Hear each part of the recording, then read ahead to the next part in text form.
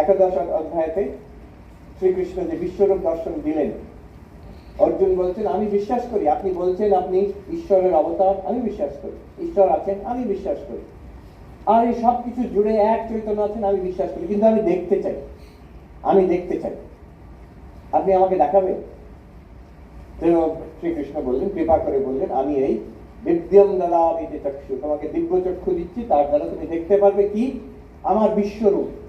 এই তুমি আমাকে কৃষ্ণ রূপে দেখছো, কিন্তু আমার বিশ্বরূপ এই সারা বিশ্ব ব্রহ্মাণ্ড জড়িয়ে যে আমি আছি এক, you will be able to see that. We are also seeing it, আমরা সেটাকে দেখছি, but we are seeing it in slices, in little bits and pieces. এখন এইটুকু দেখছি, এরপরে কি কলকাতার বাইরের দৃশ্য দেখবো, একটু একটু করে দেখছি, সারা জীবনে একটু একটু একটু করে দেখছি।